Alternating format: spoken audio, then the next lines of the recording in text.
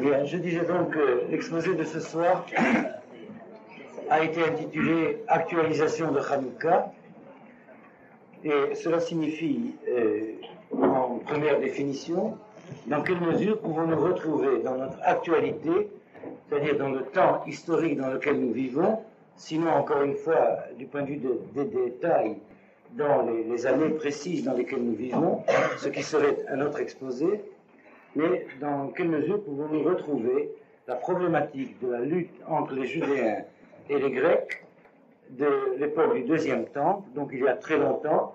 C'était un cycle historique très différent du nôtre, mais peut-être y a-t-il une correspondance culturelle du point de vue des problèmes qui se sont posés dans le heurt entre la culture grecque et la culture juive, dans le temps que nous commémorons à propos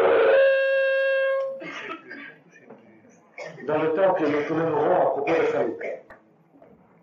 Ça m'amènera à vous donner en préface un certain nombre d'analyses qui ont pour premier objectif de mettre en évidence l'importance de la commémoration de Hanouka telle qu'elle a été comprise par la tradition juive déjà depuis l'époque du Deuxième Temple, déjà depuis le temps où l'événement s'est produit, et à travers des siècles, puisque, comme vous le savez, jusqu'à nous, la fête de Hanouka a pris une importance, enfin elle a eu un impact assez particulier dans la vie traditionnelle juive et dans des temps plus récents, dans la vie nationale juive. En second lieu, nous essaierons de mettre en évidence des thèmes théoriques principaux qui expliquent la gravité qui a été accordée à cet épisode de notre histoire, et je répète encore, c'est un épisode d'un passé très lointain, la gravité, l'importance, le sérieux qui y a été rattaché, au-delà d'une simple rivalité de deux nations, ou d'une simple rivalité de deux ethnies, de deux cultures, définies de façon spécifique, comme la rivalité qui a pu avoir lieu à travers l'histoire humaine entre telle ou telle nation. Chaque nation porte avec elle, bien entendu, une culture spécifique, et nous allons essayer quand même de comprendre à l'échelle la plus universelle possible à quel niveau les responsables de la tradition juive du temps donc des Maccabis ont jugé que ce conflit entre la culture grecque et la culture juive et la culture hébraïque mettait en jeu le destin de l'humanité, de telle sorte d'accorder une signification messianique à la commémoration de Hanouka déjà en ce temps-là. Et puis en troisième lieu, s'il nous reste un peu de temps, nous essaierons de comprendre la manière dont le Talmud en parle, et en particulier pourquoi le Talmud en parle si peu. Oui, d'ailleurs, la première remarque que je pourrais vous proposer serait peut-être celle-là. On en parle souvent à travers les siècles et à travers les siècles d'études. Chaque fois qu'on aborde ce problème dans les études juives, comment se fait-il qu'un événement aussi considérable du point de vue de l'aspect spectaculaire, si j'ose dire, de sa commémoration à travers l'histoire juive, comporte si peu de place dans l'étude talmudique proprement dite, je veux dire dans le contenu même du Talmud en tant qu'œuvre où nous sont laissées les traces des préoccupations culturelles de l'identité juive à travers les siècles.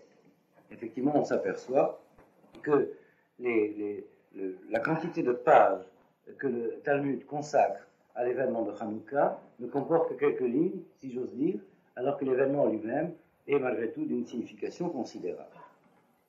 Bien, alors d'abord, premier point.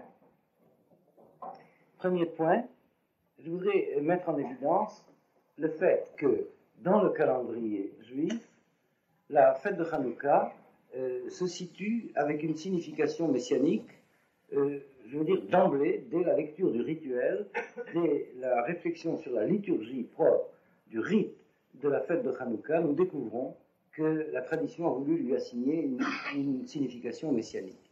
Et c'est donc corollairement qu'on a porté un diagnostic d'une extrême importance concernant l'événement qui allait être commémoré. Ceci est visible déjà par le seul fait que l'on découvre que cette fête de Hanouka, le rite de la commémoration, occupe 8 jours.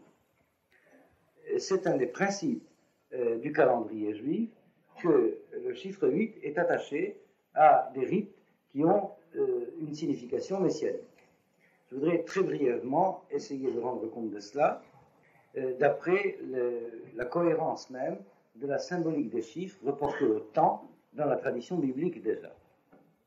Selon le vocabulaire biblique, selon la cohérence de la manière dont le vocabulaire de la Bible rend compte des structures du temps, nous savons déjà dès le premier chapitre de la Genèse que c'est le chiffre 7, si vous voulez, qui désigne la quantité de temps qui occupe l'histoire humaine.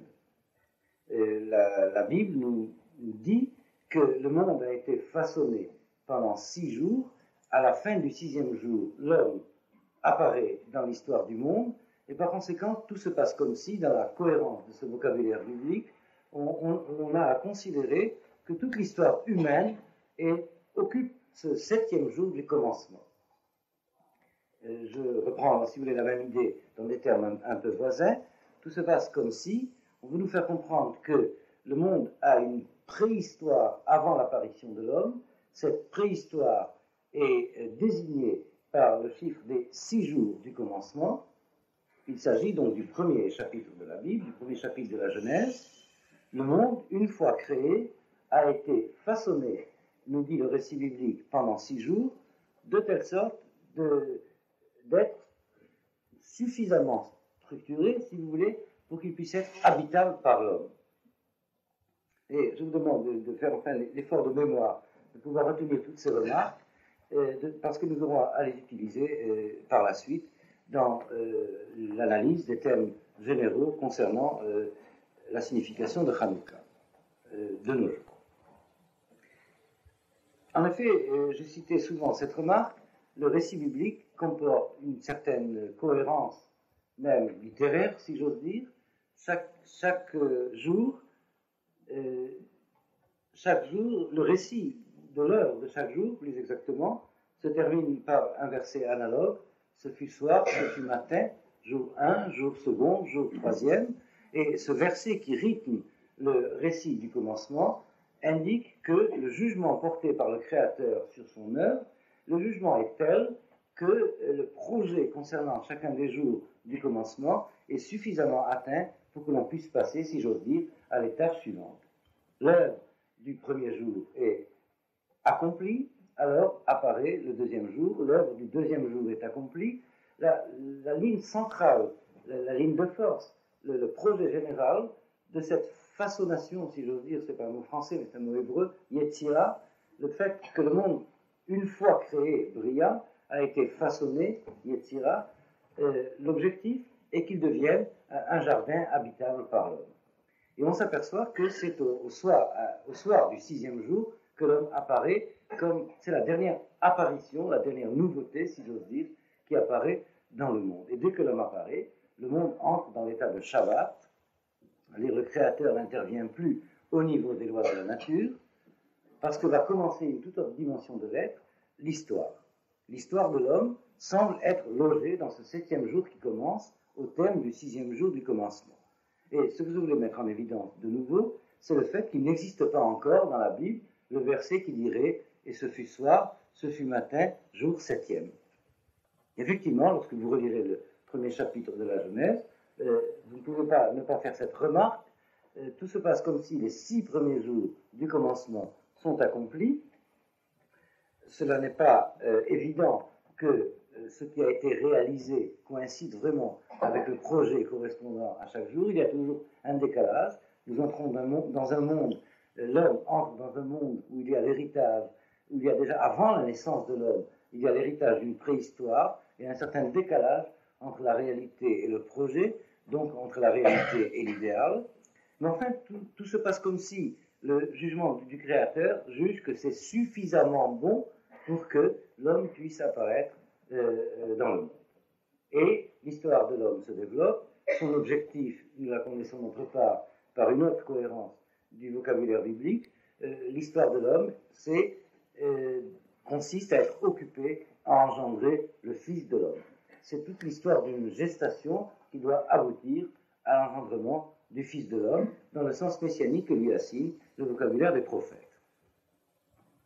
Et il n'est pas encore écrit « Et ce fut soir, ce fut matin, jour 7e ». Tout se passe comme si nous sommes encore à l'intérieur de ce grand 7e jour du commencement. Et que lorsqu'il prend fin, c'est-à-dire lorsque ce projet de l'engendrement du Fils de l'homme est accompli, alors on passerait au jour 8e. Et vous devinez déjà pourquoi, chaque fois que la tradition met une commémoration ou un rite à l'indice du 8e jour, c'est qu'elle a l'intention de lui assigner une signification messianique. C'est-à-dire, en d'autres termes, tout se passe comme si, d'une certaine manière, en préfiguration, ce qui est advenu dans l'histoire du 7e jour était déjà de l'ordre du 8e jour. Alors cela doit être commémoré à l'indice de 8 jours, ou du 8e jour.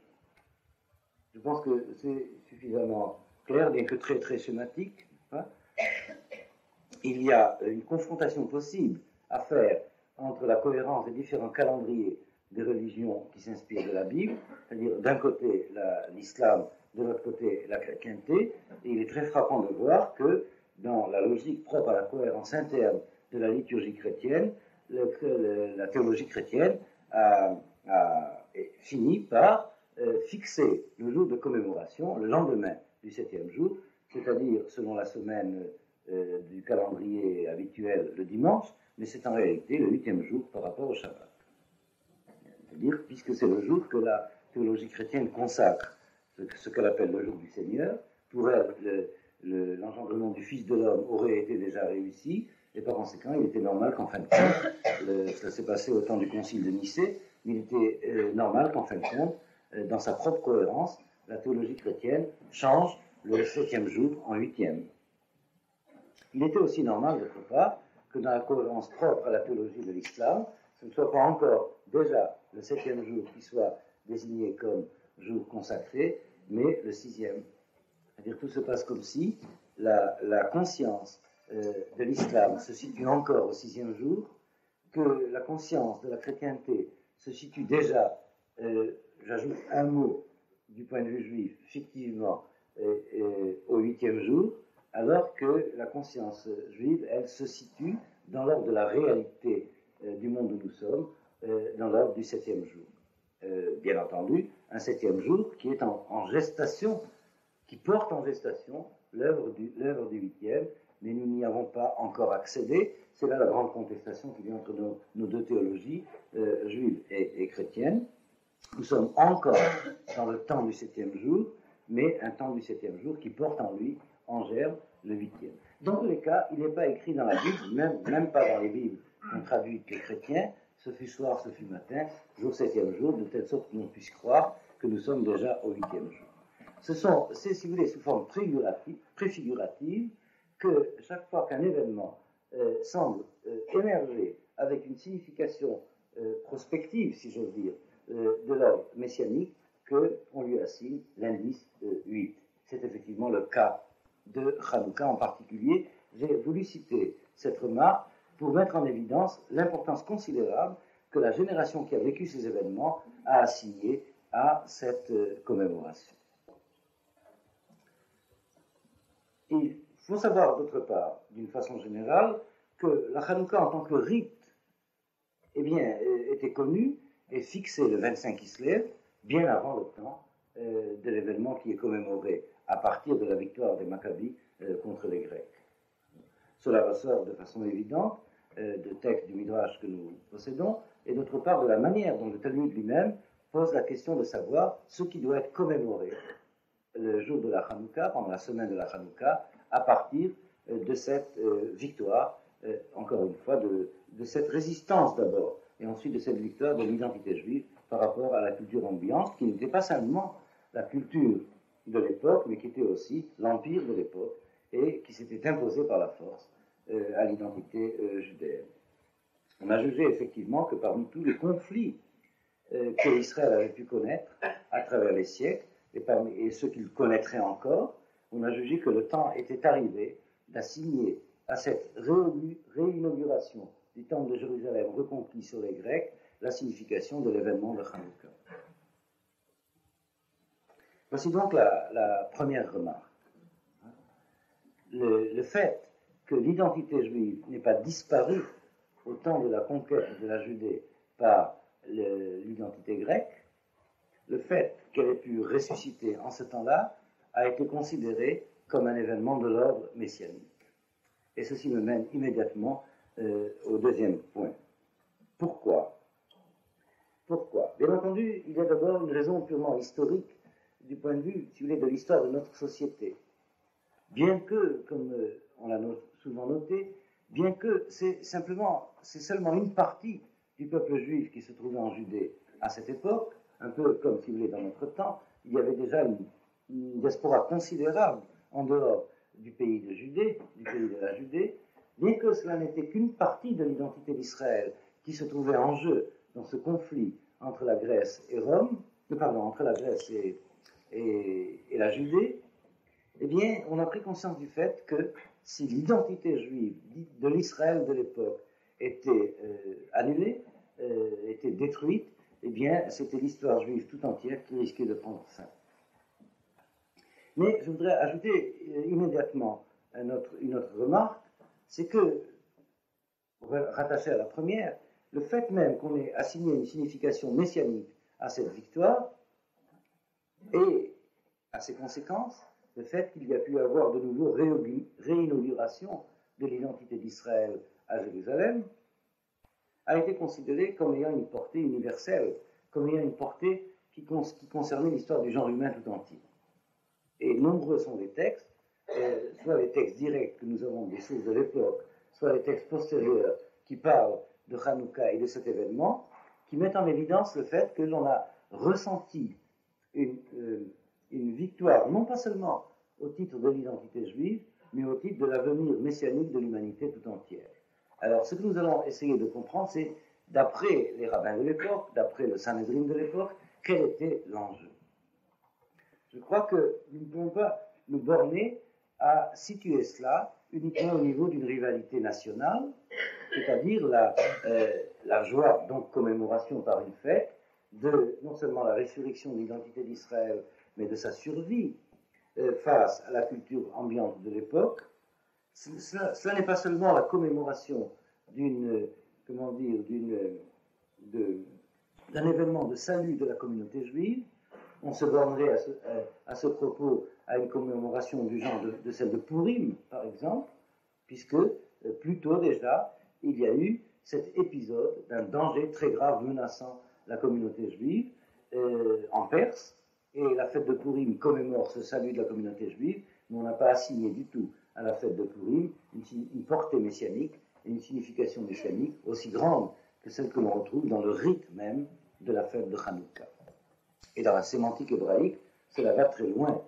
Je vous disais tout à l'heure, le jour 8e est défini comme le jour messianique, parce que c'est le jour du temps de l'histoire du monde qui succède à l'histoire en train d'être faite, de l'être en devenir, comme nous disions déjà dans des analyses précédentes, de l'être historique que nous sommes, et l'histoire humaine porte comme une matrice, porte en gestation, porte une manière d'être qui est définie dans les prévisions des prophètes comme étant l'identité messianique.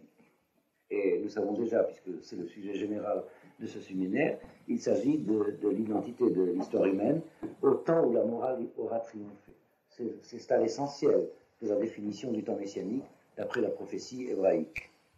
Le temps où l'histoire humaine sera, ou du moins, où les valeurs morales seront compatibles avec l'identité humaine. Donc, corollairement, où l'histoire humaine pourra être jugée véritablement selon l'ordre des valeurs morales. C'est ainsi que tous les prophètes hébreux en ont parlé. Mais je vous disais, dans la sémantique hébraïque, ceci va très loin. Effectivement, nous savons que la cérémonie de la messianité, de l'intronisation messianique, si vous voulez, c'est la cérémonie de l'onction. Et en hébreu, le mot de Mashiach, que nous traduisons par Messie, qui est la francisation, si j'ose dire, du mot grec, qui est le décalque de Mashiach, Messie, à travers le grec, c'est le mot Mashiach, mais en hébreu, le mot Mashiach signifie loin, celui qui a été loin par l'huile. Et il y a déjà une correspondance entre l'huile et la messianité qui apparaît, si vous voulez, à simple lecture au niveau de la sémantique hébraïque. Mais le jour 8e se dit en hébreu Yom Shemini. 8e se dit Shemini. Et c'est la même racine que Shemen, qui signifie l'huile. C'est le jour de l'onction. Je crois que c'est cela l'intention sémantique profonde. C'est le jour de l'onction. C'est le jour sémantique parce que c'est le jour du moins, si j'ose dire. Je pense que, bien que nous parlons pas en hébreu, c'est suffisamment clair quand même. C'est intentionnellement que l'hébreu donne comme racine à la notion de huitième, la racine qui signifie d'autre part l'huile, parce que l'huile est le véhicule de l'onction. En tant que telle, elle est la substance de la messianité. Du point de vue du rituel, bien entendu, du point de vue de la liturgie rituelle. Et ce qui nous donne d'ailleurs une définition de la notion de Messie extrêmement importante, hein, du point de vue de l'étymologie hébraïque. Cela signifie l'homme qui, parmi toutes les approximations possibles, est consacré comme étant authentiquement soit Melech HaMashiach, le roi qui, parmi tous les candidats à la royauté, est consacré comme étant le plus authentique, ou Kohen HaMashiach, le prêtre qui, parmi tous les prêtres possibles, est consacré comme étant oint, c'est-à-dire comme étant le plus proche de l'identité messianique, tel que le projet du Créateur l'a assigné comme finalité de l'histoire humaine. Il n'y a pas du tout en hébreu, dans ce terme de Messie, l'ensemble des problèmes théologiques que nous avons en contestation avec d'autres traditions messianiques.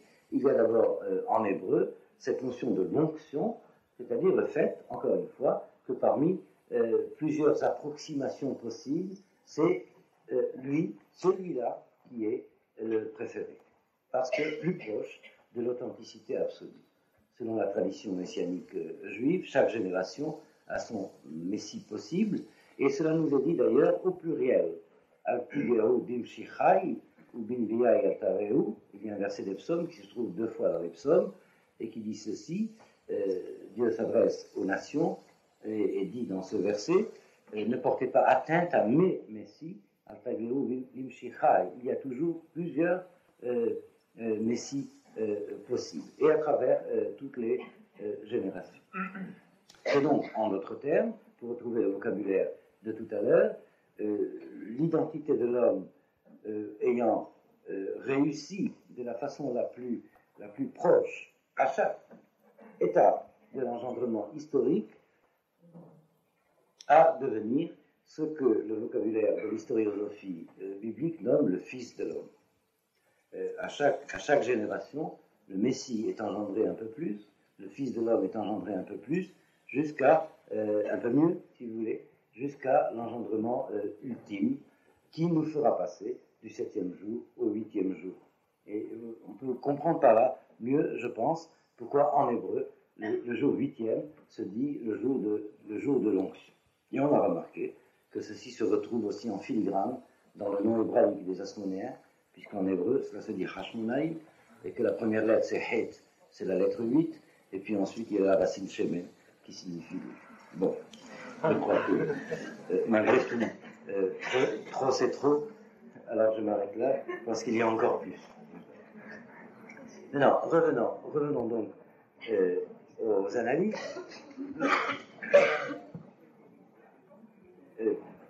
Quelle est la raison? C'est un des thèmes que nous pouvons mettre en évidence. Quelle est la raison qui a assigné donc à cette commémoration de ce qui, apparemment, à première vue, apparaît comme une victoire nationale et pas plus, un épisode parmi les guerres? Quelle est la raison pour laquelle on a assigné à cette commémoration une portée aussi considérable? D'abord, d'avoir pris conscience que l'identité d'Israël et sa survie étaient vraiment en jeu, et d'autre part, de lui assigner une portée messianique, projetée par conséquent dans la perspective de la réussite de l'histoire de l'humanité tout entière. Je crois que la première formule qui doit nous venir à l'esprit est la suivante. Effectivement, l'identité de la civilisation tout entière se cherche dans une sorte d'équilibre qui n'a encore jamais été trouvé, qui n'a encore jamais été atteint, se cherche dans une sorte de compatibilité entre ce que l'humanité tout entière a reçu de l'héritage grec et ce qu'elle a reçu d'autre part de l'héritage hébreu. Déjà, depuis les textes les plus anciens de la Bible, bien avant cette époque, bien avant plusieurs cycles historiques avant cette époque, où il y a eu la rencontre et le conflit entre l'identité grecque et l'identité hébraïque, déjà lorsque la Bible raconte le commencement de l'engendrement des différentes grandes lignées humaines, qui mènera d'un côté à Japheth, à travers Japheth jusqu'à Yavan, qui est le mot hébreu qui veut dire la Grèce, et de l'autre côté à travers Shem jusqu'à Israël. Déjà là, il est prévu que dans chacune de ces deux lignées, une identité centrale apparaîtrait. Dans la lignée de Shem, l'identité d'Israël, elle se prépare dès le commencement, et en fin de compte, elle apparaît dans l'histoire, et dans la lignée de Japheth, l'identité de Yavan. Yavan, qui est le point culminant de l'identité japhétique, alors que Israël est décrit, identifié, comme le point culminant de l'identité shémitique, de Shem. Et tout se passe comme si, effectivement, cette prophétie de Noach, qui était le père de ces deux enfants, Japheth et Shem, cette prophétie de Noach a fini par se réaliser à travers les siècles et à travers les millénaires. La culture de notre contemporanéité, la culture en général, la civilisation, à ce point important de l'histoire humaine, où l'ensemble des problèmes, et premièrement de définition de l'identité humaine, sont déjà pour la première fois peut-être dans l'histoire à l'échelle vraiment universelle, puisque ils se posent à l'échelle planétaire. Si l'on fait un bilan de l'histoire de la civilisation, on s'aperçoit qu'en vérité, eh bien, il y a deux matrices, si j'ose dire, il y a deux racines, mais dont on n'a encore pas trouvé le point d'équilibre. La culture est redevable d'abord, la culture contemporaine est redevable d'abord à la Grèce d'un côté, et d'autre part à Israël de l'autre. Et cela, je crois, est bien évident à tous. Mais très rapidement, on s'est aperçu que ces deux manières d'être culturelles sont en conflit, et c'est certainement le point le plus culminant de ce conflit qui a été historiquement enregistré au moment des événements que célèbre Hanouka. C'est le temps où l'empire grec a failli annuler l'autre inspiratrice, si vous voulez, de la culture humaine, Israël. Eh bien, c'est dans l'écran de cette remarque que je voudrais situer un certain nombre de thèmes qui nous sont transmis par les commentateurs, et en particulier, je mettrai en évidence des thèmes enseignés par le Maharal, et qu'un des plus grands commentateurs contemporains du Maharal, qui est un des maîtres talmudiques des États-Unis, qui se nomme Rav Hutner, a mis en forme dans notre temps. Le Rav Hutner dit ceci, d'une façon générale, en reprenant, si vous voulez, les données mêmes du problème. Il tente de nous faire comprendre ceci. Une culture humaine réussie, absolument réussie, serait une culture humaine qui arriverait à concilier les valeurs, les valeurs authentiques de ce que la Grèce a pu transmettre à l'humanité et les valeurs authentiques de ce qu'Israël a pu transmettre à l'humanité. Mais ces deux mondes de valeurs sont en conflit. Et ils sont dans un conflit qui semble ne pas avoir de solution. Je voudrais, pour éclairer tout cela, entrer immédiatement dans le vif du sujet. Au fond, si l'on réfléchit bien, ce que la culture humaine doit à la Grèce, c'est en fin de compte les sciences. Et en particulier, le langage des sciences, c'est-à-dire l'outil grâce auquel les sciences ont pu réussir, c'est-à-dire les mathématiques.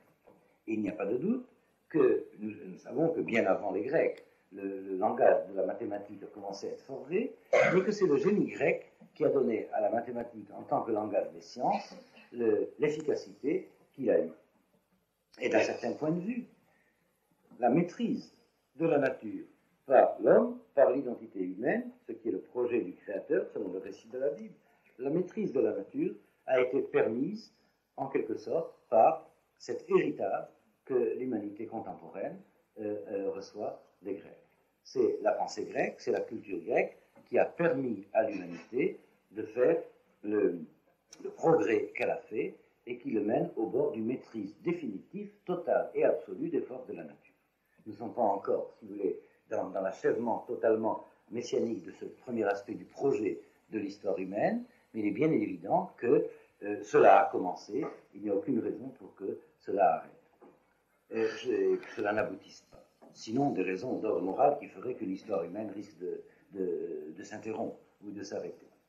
Il ne s'agit pas ici, si vous voulez, dans ce que je dis là, de reprendre le rêve scientiste à la manière de Renan, par exemple, de voir dans la science le secret, comment dire, de voir dans la science la panacée universelle à tous les problèmes de l'homme. Je veux parler en particulier des sciences expérimentales et des sciences qui font que l'homme est véritablement en train de devenir maître de la nature matérielle. Le monde du phénomène matériel, le monde du phénomène impersonnel est en passe d'être maîtrisé complètement par l'identité humaine. L'homme est en train de devenir un surhomme du point de vue du phénomène naturel, du point de vue de sa maîtrise sur le phénomène naturel. Et, si j'ose dire, si l'on peut penser, nous sommes d'ailleurs au temps où il est possible que l'homme commence déjà à s'approcher raisonnablement de la Lune. C'est-à-dire le grand rêve, ça a été annoncé pour le Hanouka de cette année, le grand rêve de l'homme de maîtriser le monde de la nature semble être réalisable. D'ailleurs, tout se passe comme si la tâche de l'identité grecque à ce niveau-là, puisque cela a été sa vocation, cela a été son histoire, a réussi. Le langage grec a permis de doter l'humanité d'un langage universel au niveau des nécessités de la science. C'est le premier point. Et l'on s'aperçoit d'autre part que le génie hébraïque, que le génie d'Israël n'avait pas du tout ceci comme objectif. Nous ne trouvons pas dans l'histoire des Hébreux en tant que telle, et surtout telle que la cohérence du but en rend compte, que le projet de l'identité hébraïque ait été la maîtrise matérielle des phénomènes de la nature. Cela n'est pas du génie d'Israël que les sciences, dans le sens classique du terme, que les sciences ont procédé. Je parle du génie de l'identité collective d'Israël. À l'échelle individuelle, les membres d'Israël ont collaboré à ce projet de la Grèce, et nous savons effectivement la participation colossale que les Juifs ont donnée à la fondation des sciences et au progrès des sciences. Mais si j'ose dire, ce n'était pas ès-qualité d'Hébreux, c'était ès-qualité d'hommes capables de faire la science au niveau génial où se trouve le génie d'Israël, si vous voulez, mais ce n'est pas là le génie de l'identité d'Israël qui s'est manifesté dans le monde. Si l'on admet ce postulat de Rav Hutner, que je suis en train d'essayer d'analyser, qu'il y avait deux sociétés humaines qui devaient se partager la tâche de faire la messianité universelle, c'est-à-dire tant les problèmes de l'ordre de la nature, de la matière, que les problèmes d'autre part, c'est le deuxième point, de l'ordre des valeurs, de l'ordre de la morale, de l'ordre de l'esprit, s'il devait y avoir collaboration de la Grèce et d'Israël pour faire réussir l'homme total, eh bien, c'est la tâche de la Grèce qui semble avoir été réussie la première, effectivement, entrée dans les faits, et bien entendu, Israël y a collaboré par la personne des Juifs qui ont été finalement tous ces grands savants que nous connaissons et qui ont effectivement apporté une contribution plus que considérable à l'histoire des sciences de l'humanité. Mais ce n'était pas à titre du génie d'Israël, si j'ose dire. Alors qu'en est-il de la deuxième tâche, du deuxième point? Eh bien, précisément, le deuxième point, c'était de retrouver l'universel humain, le langage universel, au niveau des valeurs spirituelles, au niveau des valeurs morales, premièrement, mais d'une façon générale, dans tout ce qui est de l'ordre, non pas du phénomène naturel, mais du phénomène humain. Tout se passe comme si le génie de la Grèce aura été de maîtriser la nature, la matière, tandis que le génie d'Israël, son projet, était de maîtriser le problème de l'homme. Tout se passe comme si la réussite de la Grèce était au niveau des sciences, finalement des sciences expérimentales, par l'aide du génie mathématique des Grecs, alors que la réussite d'Israël devait être au niveau des sciences humaines. En schématisant beaucoup ce qui s'est passé à travers les siècles, c'est bien ce qu'il apparaît clairement. C'est-à-dire une vision du développement de l'histoire universelle où il y aurait réussite, où il y aurait, si vous voulez, paix, et plus que paix, fraternité et collaboration entre ces deux génies, eh bien, nous permettrait de voir une identité humaine réussie, une messianité totale réussie, donc, premièrement, la réussite de la Grèce, et deuxièmement, et corollairement, la réussite d'Israël. Il semble bien que nous retrouvons de nouveau ce décalage entre le temps de la Lune et le temps du Soleil, dont parle énormément de Midrashim, dont parle aussi déjà le texte biblique, c'est que l'homme de la Grèce a plus rapidement réalisé sa tâche, il a transmis le langage mathématique à l'humanité et est entré dans le passé. La Grèce antique n'existe plus. Il existe les héritiers de la Grèce antique. Mais que très tôt, et probablement on pourrait dire à peu près à la même époque, à peu près au même moment, Israël s'est préparé, lui aussi, à réussir sa propre tâche, c'est-à-dire de pouvoir donner à l'humanité le langage unique dans l'ordre de la qualité, alors que la Grèce avait donné le langage unique dans l'ordre de la quantité, mais que là, Israël a échoué. Du moins, n'a pas encore réussi. Et il est apparu très rapidement une rivalité entre ces deux mondes humains. Je veux dire que dans la vision la plus optimiste, si vous voulez, de la messianité de l'humanité, telle que la Bible la raconte, eh bien c'est de la lignée de Japheth devait surgir en fin de compte une société summum de cette lignée qui devait faire réussir la maîtrise du phénomène impersonnel, la maîtrise de l'impersonnel, du phénomène de la nature, et en fin de compte, ceci a réussi. C'est effectivement de Japheth, c'est effectivement de la Grèce, de Yavan. Yavan est le mot hébreu pour dire, je suppose, l'Ionie. C'est effectivement de l'Ionie, de Yavan, que a procédé la réussite des sciences. Et corollairement, et pendant ce temps, le génie hébraïque a commencé à tenter de transmettre à l'humanité la révélation du langage unique dans l'ordre de la qualité, dans l'ordre de la vie spirituelle, dans l'ordre de la loi morale. Et il y a eu conflit. Ce conflit s'exprime un peu de la manière suivante. C'est qu'il n'y a pas de difficulté, semble-t-il, pour l'identité d'Israël de collaborer à la tâche de la Grèce. Lorsque les membres de la société juive s'occupent de faire la science, eh bien, ils font la science dans la méthode de la science et à la manière de la science.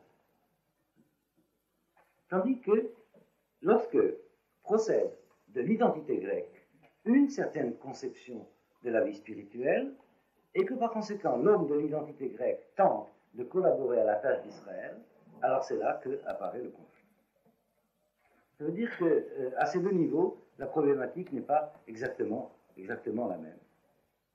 Le phénomène de la matière, le phénomène de la nature est, si vous voulez, d'une nature telle que l'universalité de l'œuvre est beaucoup plus facile à atteindre, étant donné que l'instrument de la découverte des sciences, c'est la raison, c'est l'intelligence, et que la raison, l'intelligence, ne tient pas compte de l'identité spirituelle. À partir du moment où, procédant de n'importe quelle ethnie, procédant de n'importe quelle nation, on accède à la maîtrise de l'intelligence, c'est de manière absolument universelle, parce qu'il est de la nature du phénomène matériel d'être de façon totale et absolue universelle. Ça veut dire, quelle que soit la nation d'origine, un mathématicien est un mathématicien de la mathématique, un savant physicien est un physicien de la physique, etc. Je veux dire que l'appel à l'universalité qui procède du langage mathématique peut être facilement atteint. Et la preuve, nous pouvons la trouver, si vous voulez, dans notre propre problème, du dedans de notre propre société. Le projet de réaliser la science de la nature est d'emblée universel à partir du moment où l'outil a été trouvé. Et l'humanité sera redevable de cet outil, et bien évidemment, à la société grecque. Mais lorsque l'on monte au niveau des problèmes de l'esprit, au niveau des problèmes de la vie intérieure, c'est-à-dire ceux qui devraient être déjà les sciences humaines, et la pensée occidentale est déjà depuis assez longtemps à la recherche de sciences humaines cohérentes, mais elle n'arrive pas à les fonder, elle n'arrive pas à en trouver l'objet. Si, l'objet est désigné, c'est le sort de l'homme, mais elle n'arrive pas à en trouver la méthode, et la méthode telle que les sciences humaines réussissent. C'est, me semble-t-il, là l'essentiel de ce conflit qui est apparu dans la rencontre entre Athènes et Jérusalem.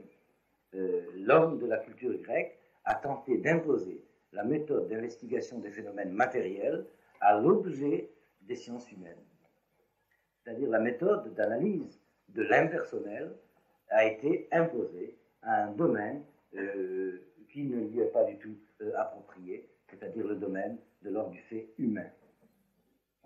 Ce qui a procédé de la Grèce, cela n'a pas été seulement la science, cela a été aussi la philosophie, et une philosophie qui procédait de la mentalité scientifique, une philosophie qui procédait de la raison impersonnelle, si j'ose dire, et qui a été projetée sur le phénomène humain, et c'est à ce niveau qu'il y a eu conflit entre l'intuition hébraïque du phénomène humain et l'intuition grecque du phénomène humain. Vous voyez pourquoi j'ai pu dire tout à l'heure qu'Israël a pu collaborer à l'œuvre propre, spécifique de la Grèce, et elle le fait encore, et Israël le fait encore, alors que le conflit se situe au niveau de l'œuvre spécifique d'Israël, là où la caractéristique de l'âme grecque, si j'ose dire, de la raison grecque, qui par nature est extérieure au fait de l'identité hébraïque, a été projetée sur le problème d'Israël. Le problème d'Israël consiste à faire la morale, alors que le problème de la Grèce consistait à faire la science. L'homme qui est occupé à faire la morale peut aussi, lorsqu'il accède au niveau suffisant d'intelligence, aider l'autre à faire la science. Mais l'homme qui est occupé à faire la science des phénomènes impersonnels, lorsqu'il s'occupe de faire la morale, va entraîner ce qui est maintenant le point que nous avons analysé, le conflit qu'il y a eu entre la conception grecque du monde de l'esprit et la conception hébraïque du monde de l'esprit. Je pense que cette analyse est maintenant suffisamment claire. Et c'est ceci. Il y a dans ce projet de la réussite de l'identité humaine, il y a une contradiction intérieure. Le phénomène humain est à la fois inséré dans un monde déterminé, celui des phénomènes extérieurs, à travers notre corps. Si vous voulez, nous habitons un monde de la détermination absolue. C'est ce monde de la détermination absolue que le génie grec a exploré. Et il a réussi, puisque nous allons arriver sur la Lune. Ou comme on disait autrement avant les projets Apollo, eh bien, comme on disait avant, puisque les locomotives marchent. Hein, c'est-à-dire, l'identité humaine est premièrement insérée dans le monde extérieur à travers le corps. Et le monde extérieur est le monde de la détermination et le monde du déterminisme. Et dans ce monde-là, le déterminisme, la détermination, l'identité grecque est chez elle, et elle a réussi à réaliser sa tâche. Mais d'autre part, l'identité humaine, du côté de son âme, pour parler comme chez Proust, n'est pas du côté de soi-même, du côté de la vie intérieure, et d'un tout autre ordre.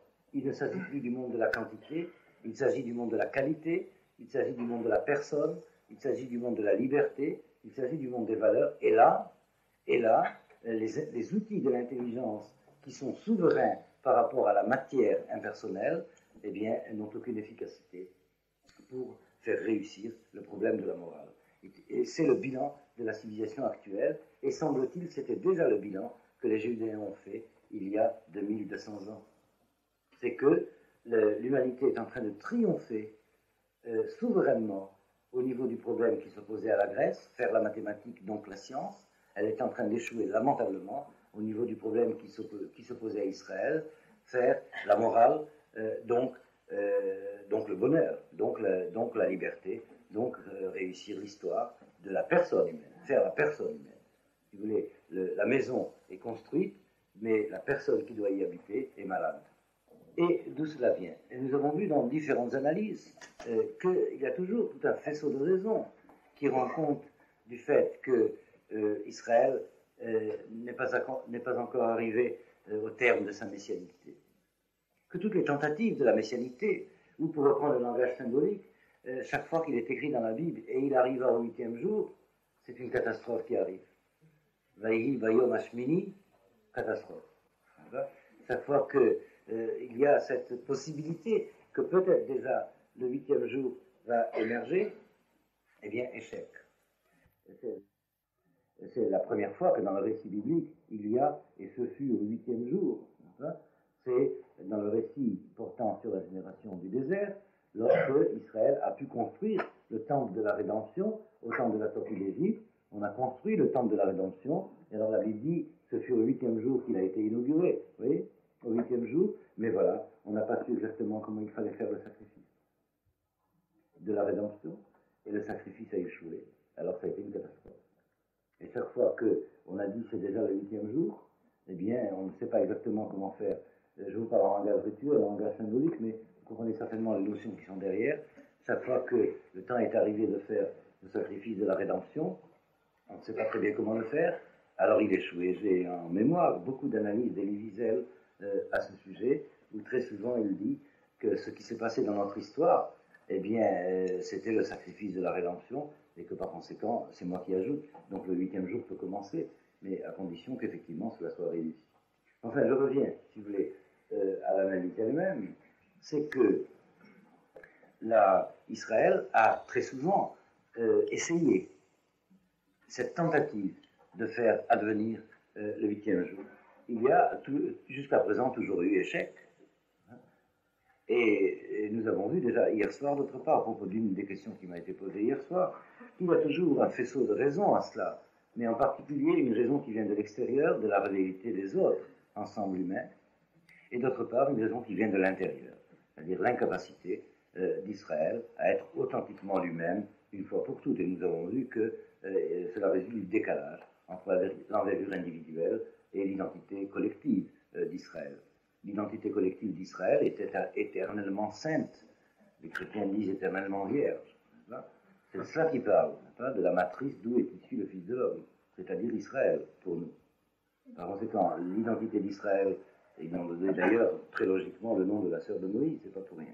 Mais l'identité d'Israël est éternellement sainte, mais à l'échelle individuelle, il y a la cause possible de tous les échecs possibles. Et finalement, la société concrète, terrestre, historique, c'est l'ensemble des individus, avant d'être l'incarnation définitive de l'identité collective.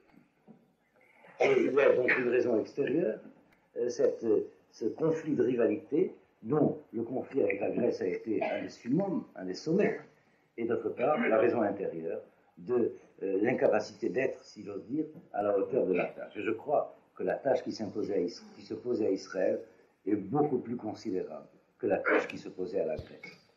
Si j'osais, mais je dis cela vraiment sans ironie, hein, sont nombreux les fils d'Israël qui peuvent faire le travail des Grecs et y réussir, jusqu'à arriver à avoir le prix Nobel. Mais n'existent pas les fils des Grecs qui seraient capables de faire le travail d'Israël. Si j'ai bien défini les deux tâches différentes. Je suis extrêmement frappé. Je voudrais vous parler de la cérémonie à laquelle j'assistais à Jérusalem jeudi dernier, et qui était une cérémonie consacrée à honorer le président Cassin, qui, comme vous le savez, a été nommé prix Nobel de la paix en raison de sa lutte pour les droits de l'homme. Vous voyez que c'est le travail d'un juif. C'est extraordinairement frappant, et pas de n'importe quel juif, puisqu'il se dénomme lui-même président de l'Alliance israélite universelle. Je crois très profondément que tout ça ne sont pas des coïncidences. L'hommage qu'il a reçu du monde entier, finalement, a été certainement spectaculaire à Oslo, mais il était extrêmement profond à Jérusalem. Et je souhaite que les discours qui ont été prononcés soient édités, en particulier le discours de l'ambassadeur de France, qui a dit avec beaucoup d'émotion et beaucoup de fierté à quel point il était fier de faire partie du même peuple que le président Cassin.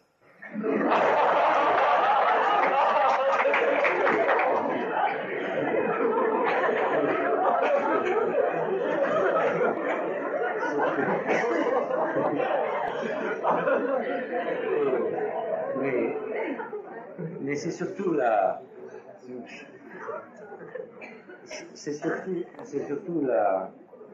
je crois, l'intervention du président de la Cour suprême, le Chaim Cohen, qui m'a frappé sur ce point de l'analyse.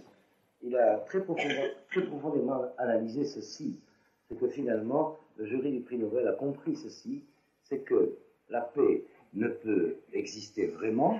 La seule stratégie, si vous voulez, qui puisse assurer la paix, c'est la conquête des droits de l'homme. Alors que cette liaison, si vous voulez, entre la paix, qui est l'objectif de la messianité de l'histoire humaine, et d'autre part les droits de l'homme, c'est-à-dire la morale.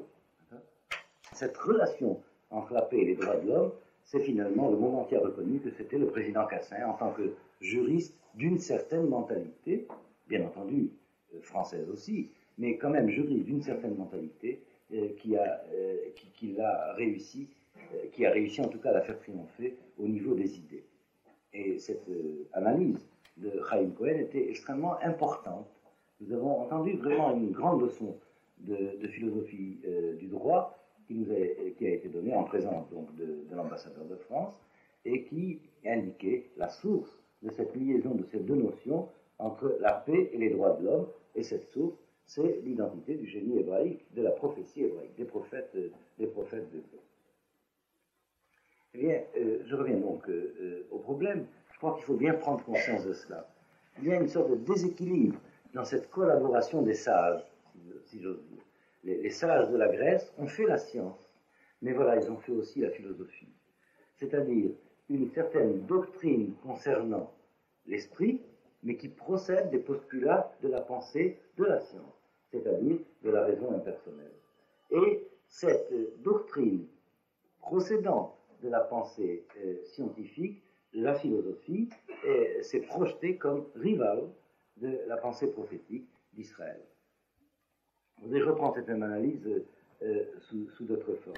Autant l'esprit, la pensée scientifique, en tant qu'elle est positive, est compatible avec la notion monothéiste que le génie hébraïque s'est faite du monde, c'est le même Dieu qui a créé les phénomènes de la nature et la personne humaine, et par conséquent, lorsque l'esprit humain entreprend l'exploration des phénomènes de la nature, il entreprend l'exploration de la volonté du Créateur, et par conséquent, l'œuvre de la science, comme l'ont fait les Grecs, mais comme l'ont entendu les Hébreux, l'œuvre de la science est une œuvre sacrée pour la créature, puisque cela consiste pour la créature à tenter d'explorer la volonté du Créateur en tant que créateur. Je pense que c'est suffisamment clair, n'est-ce pas ? Et nous savons que pendant tous les siècles d'obscurantisme de l'histoire humaine, les kabbalistes faisaient la science, et parfois même une science expérimentale très poussée, puisqu'on raconte que certains des kabbalistes des siècles précédents s'éclairaient à l'électricité, et d'autres choses encore. Mais ils le faisaient bien entendu clandestinement, puisqu'ils risquaient d'être brûlés comme alchimistes. Mais, quoique le Kabbalah proprement dit n'a rien à voir avec la science expérimentale ou l'alchimie, mais enfin, déjà, quand on étudie la Kabbalah, on peut peut-être aussi inventer la pile Volta. Mais pour revenir au problème, c'est le fait que les kabbalistes, avant de faire leurs expériences de laboratoire, avant de faire de la science, qu'elle soit mathématique ou physique ou biologique, eh bien, prenaient un bain rituel de purification, prenaient la tvila, allaient au mikvé, parce qu'ils avaient conscience qu'ils faisaient œuvre sacrée. Ils allaient entreprendre de déchiffrer la volonté du Créateur. Et vous voyez dans quelle mentalité nous nous trouvons, très différente du dualisme contemporain.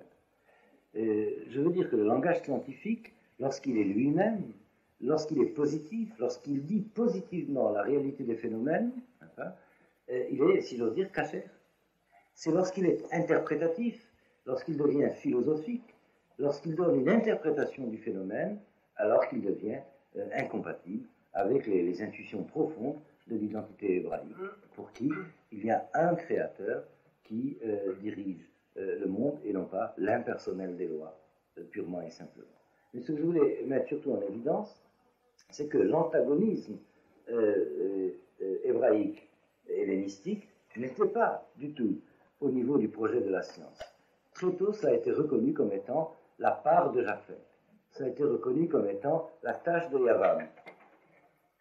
Et les Chachmé Israël, les sages d'Israël, et d'autre part les Chachmé Yavam, les sages de la Grèce, ont eu, nous le savons, des colloques très, très fraternels et très intimes.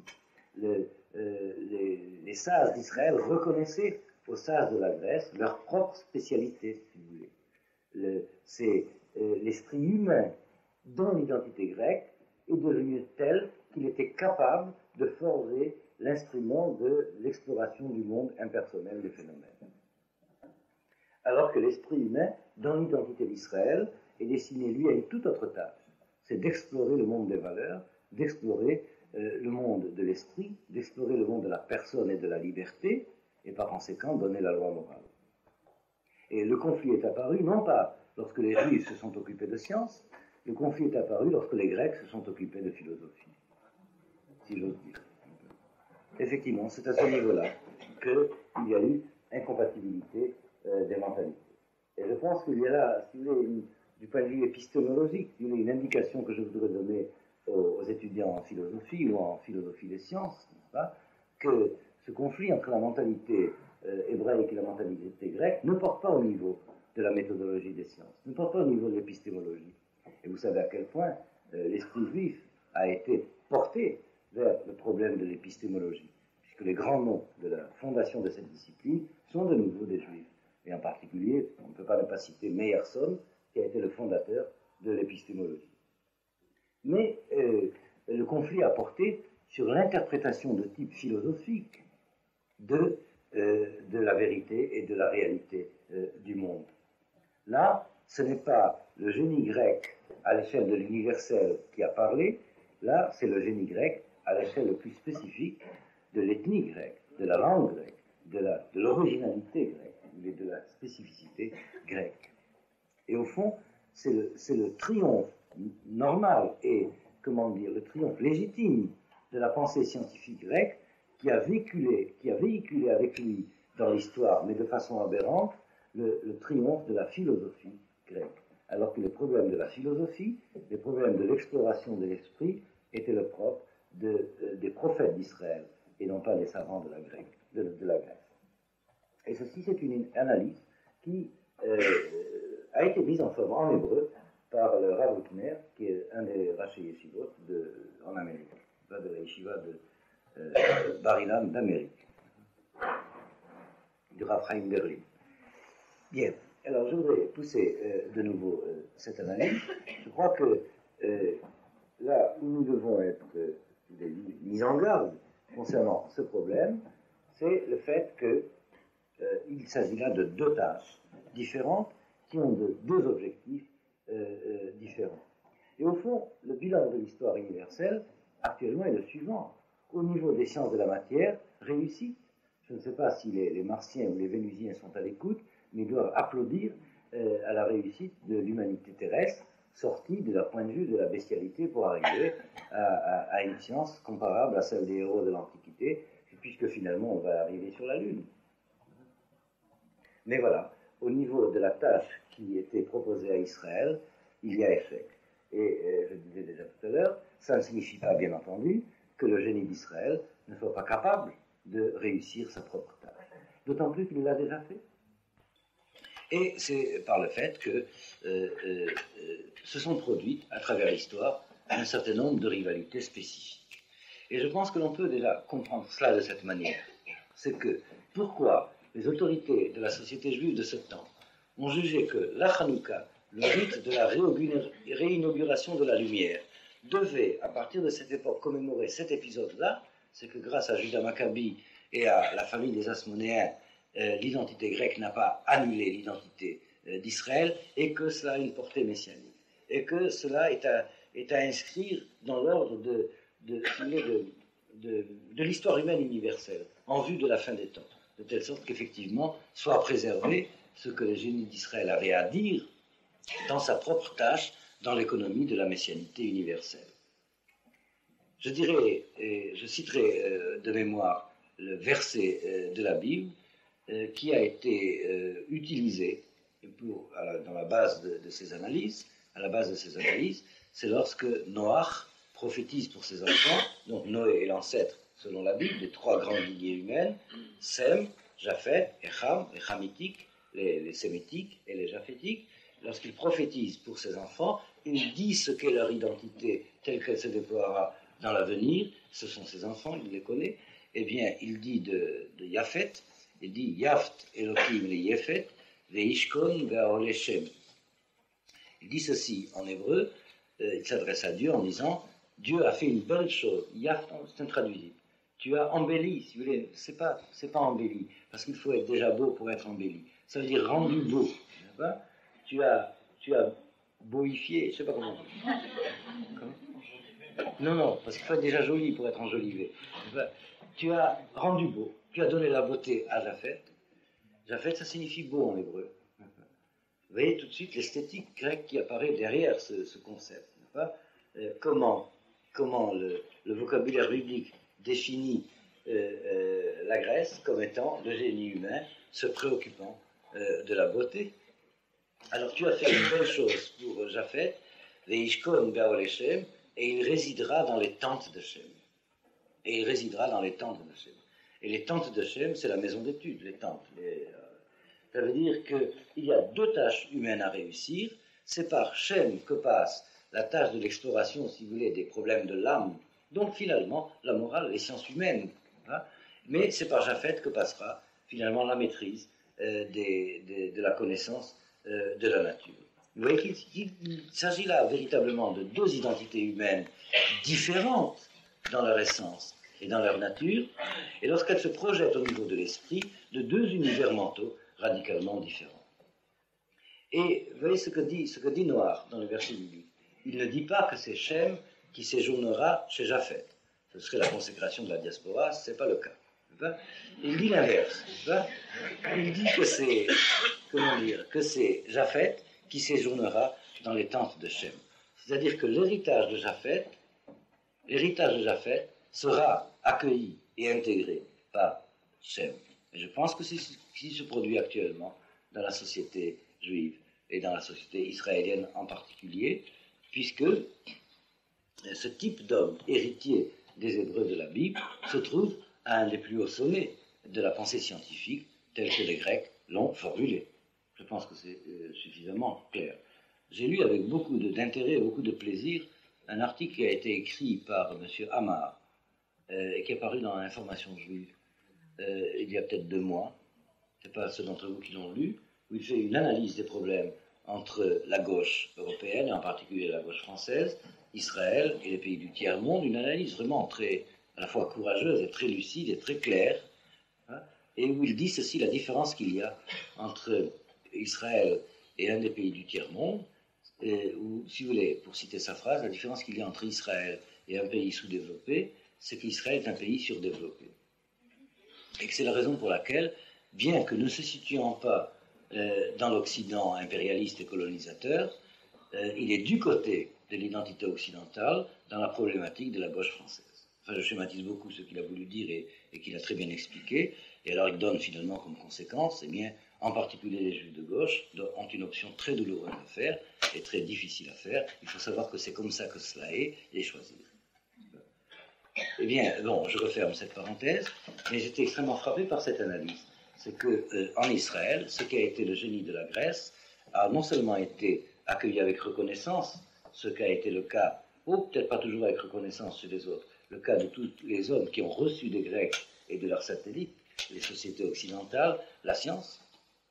Moi, je pense que l'humanité tout entière, que l'on soit au Mali, au Congo, à Madagascar ou en Birmanie, on sait que c'est aux Grecs et donc aux Blancs que l'on doit, à Japhet, que l'on doit être reconnaissant de disposer de la science. En tout cas, je disais, pour parler d'Israël, non seulement Israël est reconnaissant à Yavan d'avoir fait la science, mais les hommes de notre société juive se situent à l'extrême pointe de cette tâche de la Grèce, c'est-à-dire faire réussir la mathématique. Et vous savez à quel point la valeur des hommes juifs lorsqu'ils font la mathématique peuvent être très grandes. Alors, encore une fois, c'est le petit problème qui a été donné à la Grèce à résoudre. Parce que faire la mathématique, finalement, il suffit d'être homme pour la faire. Mais faire la Torah, ça, il faut être juif. Maintenant, revenons à notre problème. Là, il y a eu, si vous voulez, une rivalité, et on a craint, donc, à cette époque, que ce que portait l'identité d'Israël disparaisse, et que cette prophétie de Noir ne puisse pas trouver sa solution et que par conséquent le déluge recommence. Et il y aurait eu un déluge de feu après le déluge d'eau, comme disent toutes les traditions de toutes les sociétés antiques, si effectivement la Grèce était seule et à la manière de la Grèce à travailler au niveau de cet âge de l'esprit humain. Il y a très longtemps que la planète aurait été embrasée si il n'y avait que cet esprit de la technique et de la mécanique, s'il n'y avait pas le pendant, l'autre côté de l'identité culturelle qui vient d'Israël, l'ordre des valeurs morales. Mais nous sommes, si vous voulez, sur un monde qui a deux pieds, un grec et un juif, si j'ose dire, mais un des pieds boiteux, c'est le pied de Jacob. Un des pieds est plus faible que l'autre. Et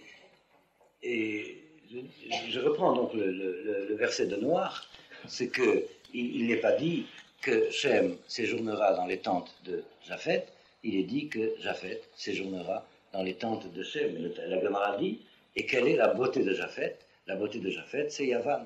C'est-à-dire au temps du Talmud, on a diagnostiqué que c'était bien dans la société grecque qu'était apparu le summum de l'identité que Noach avait vu chez Japheth. Voilà le drame dans lequel nous nous trouvons actuellement. Et c'est le problème des sciences humaines. Je pense, dans toute cette analyse, je pense très profondément au professeur Baruch, parce que c'est le premier dans notre temps qui a eu le courage de poser le problème de cette manière. Je parle du professeur Baruch. Il dit les sciences expérimentales, bien, c'est la raison impersonnelle. Mais les sciences de l'homme, les sciences humaines, et en fin de compte la morale, et nous savons pourquoi d'autre part ça doit passer par la psychiatrie, mais en fin de compte la morale, eh bien cela, ce n'est pas du tout à la manière de la science expérimentale qu'il faut la faire. C'est un tout autre génie qui seul peut réussir la morale en tant que telle, et cela c'est le génie hébraïque. Et d'ailleurs nous savons, comme je vous l'ai dit souvent déjà cette semaine, nous savons que les grands moralistes qui ont pensé à la manière des Grecs ont désigné les valeurs qu'ils ont désignées à la manière des Juifs, et non pas à la manière des Grecs. Ils parlaient des valeurs juives à la manière grecque, si vous voulez, en d'autres termes. Lorsque Descartes parle de la morale, lorsque Kant parle de la morale, il en parle comme un grec, mais il désigne les valeurs morales qu'il a apprises des Juifs, enfin qu'il a apprises de la Bible. Les Juifs, lui, Descartes ne les aimait pas beaucoup, pas plus que Pascal, pas plus que Kant, pas plus que Spinoza d'ailleurs, et si peu Bergson, mais enfin, en fin de compte, vous voyez quel a été le drame de cette histoire. Bien. Alors, je voudrais donc terminer cette analyse-là, et surtout sur ce flash, si j'ose dire. Au fond, nous vivons de nouveau le problème qui s'est passé au temps des Maccabis. Parce que le problème, c'est quel sera l'avenir des sciences humaines, surtout dans un temps où les sciences de la nature ont un progrès aussi considérable. Ce qu'il y avait en conflit, c'est que peut-être cette identité qui seule porte en elle le secret des sciences humaines risque d'être annulée. Et de nouveau, c'est le problème qui se pose dans notre temps. Et de nouveau, la question messianique se pose, est-ce que de la société d'Israël sortira la formulation de la méthodologie des sciences humaines à l'échelle de l'humanité tout entière, alors que déjà l'humanité tout entière possède la formulation de la méthodologie des sciences de la nature grâce aux Grecs. Il s'agit au fond, ce n'est pas seulement un jeu de mots, de savoir s'il n'y aura que des Olympiades ou s'il y aura aussi des Maccabiades. Enfin,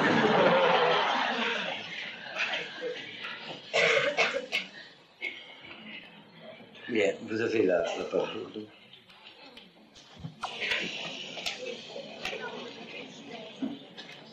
Je ne sais pas si je peux dire ce que je vais dire, mais vous m'arrêterez. Vous voyez ce que je veux dire? Pas encore, mais ça vient.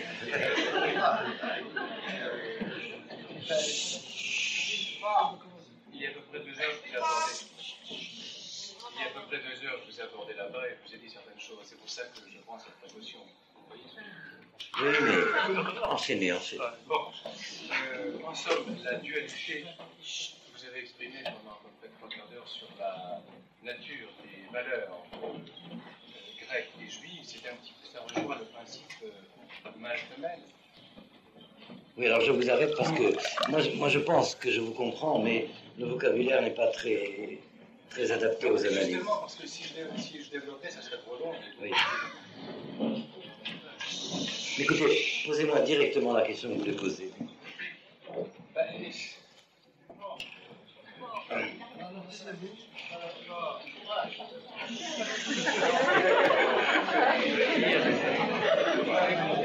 Oui,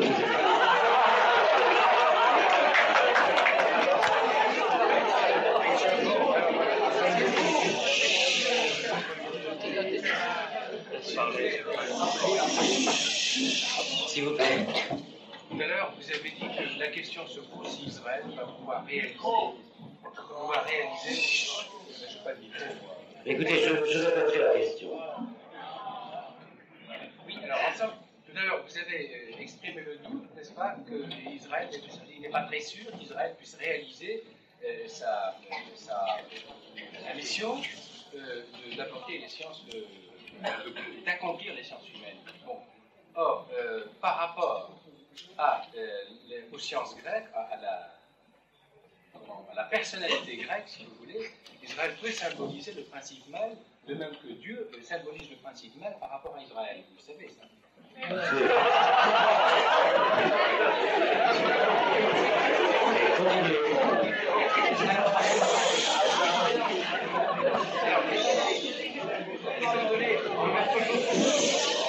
S'il vous plaît.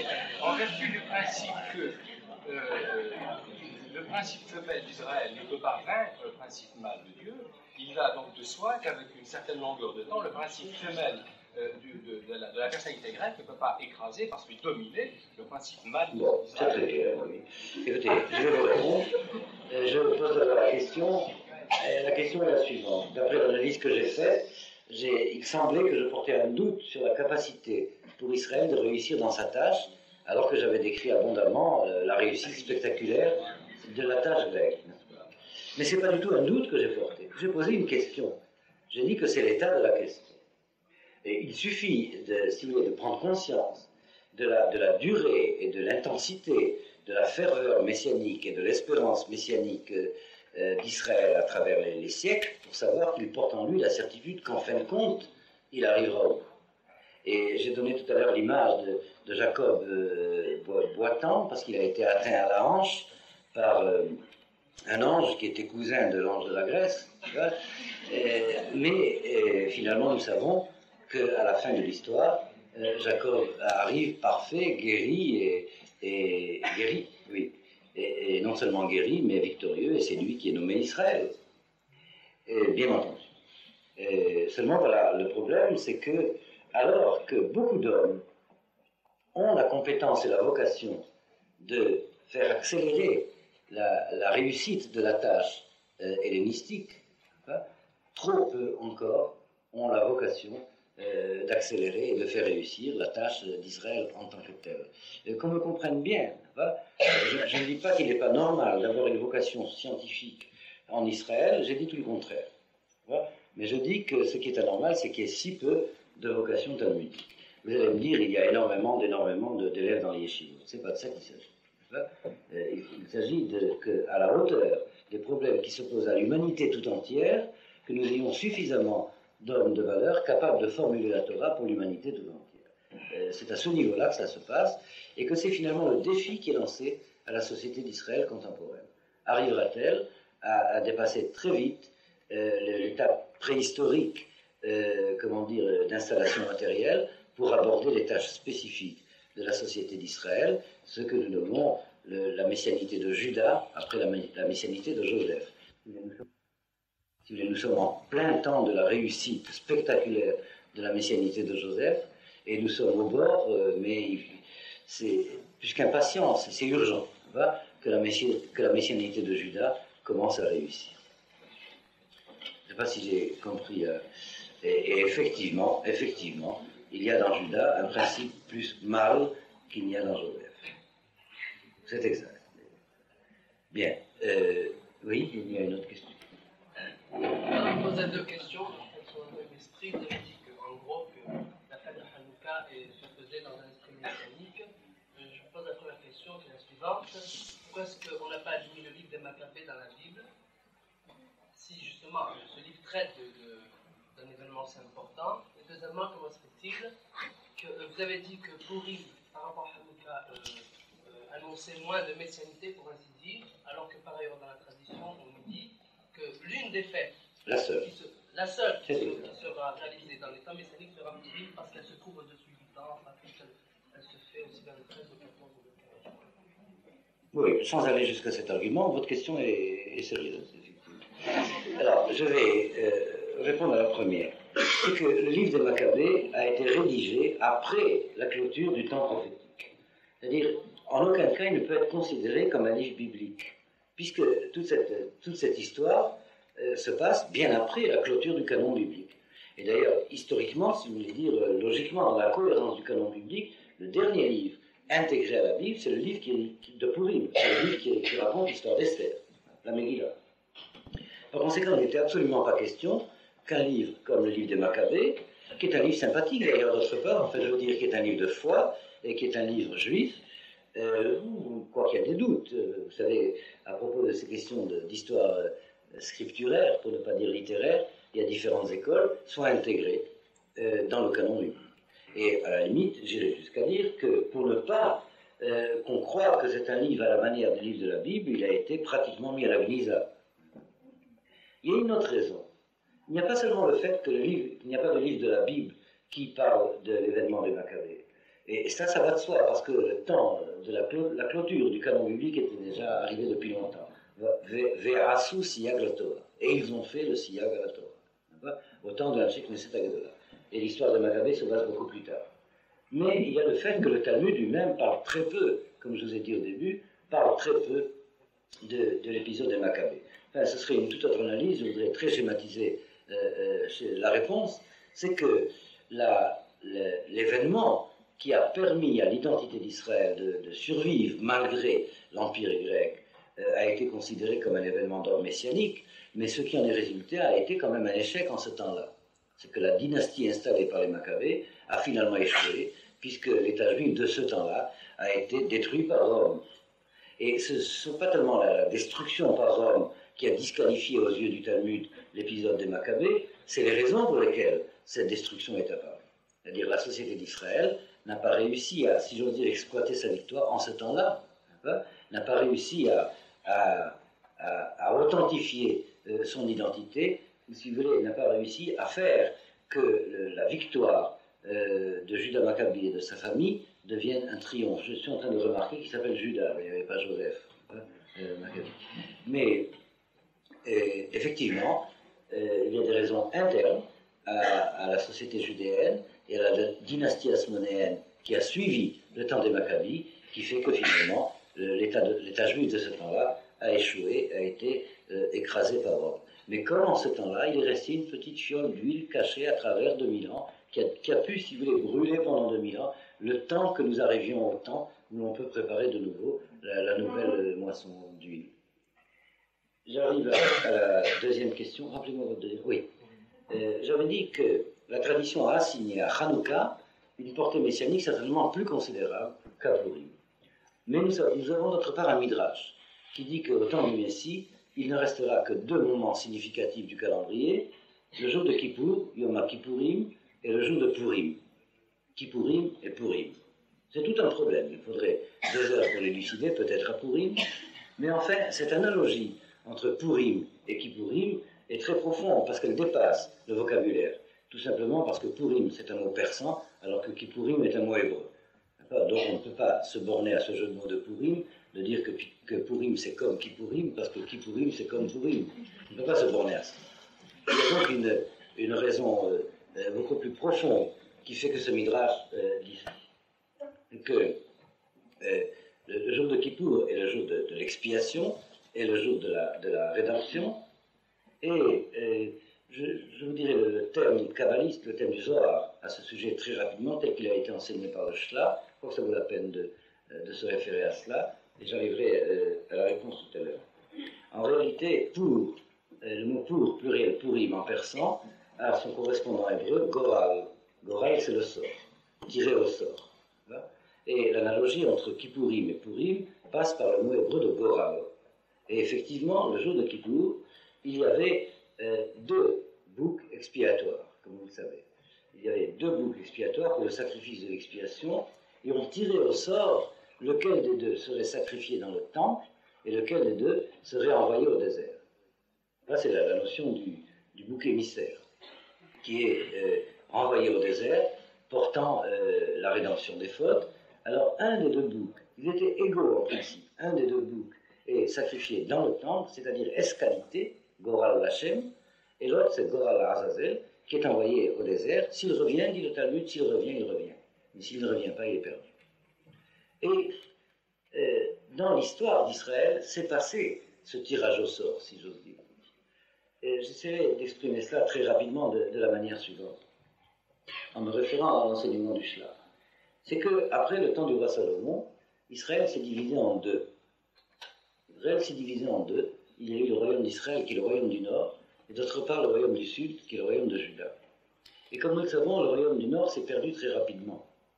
Et il a constitué la couche la plus profonde de la diaspora d'Israël, celle des exilés d'Israël qui ne savent même pas qu'ils sont d'Israël.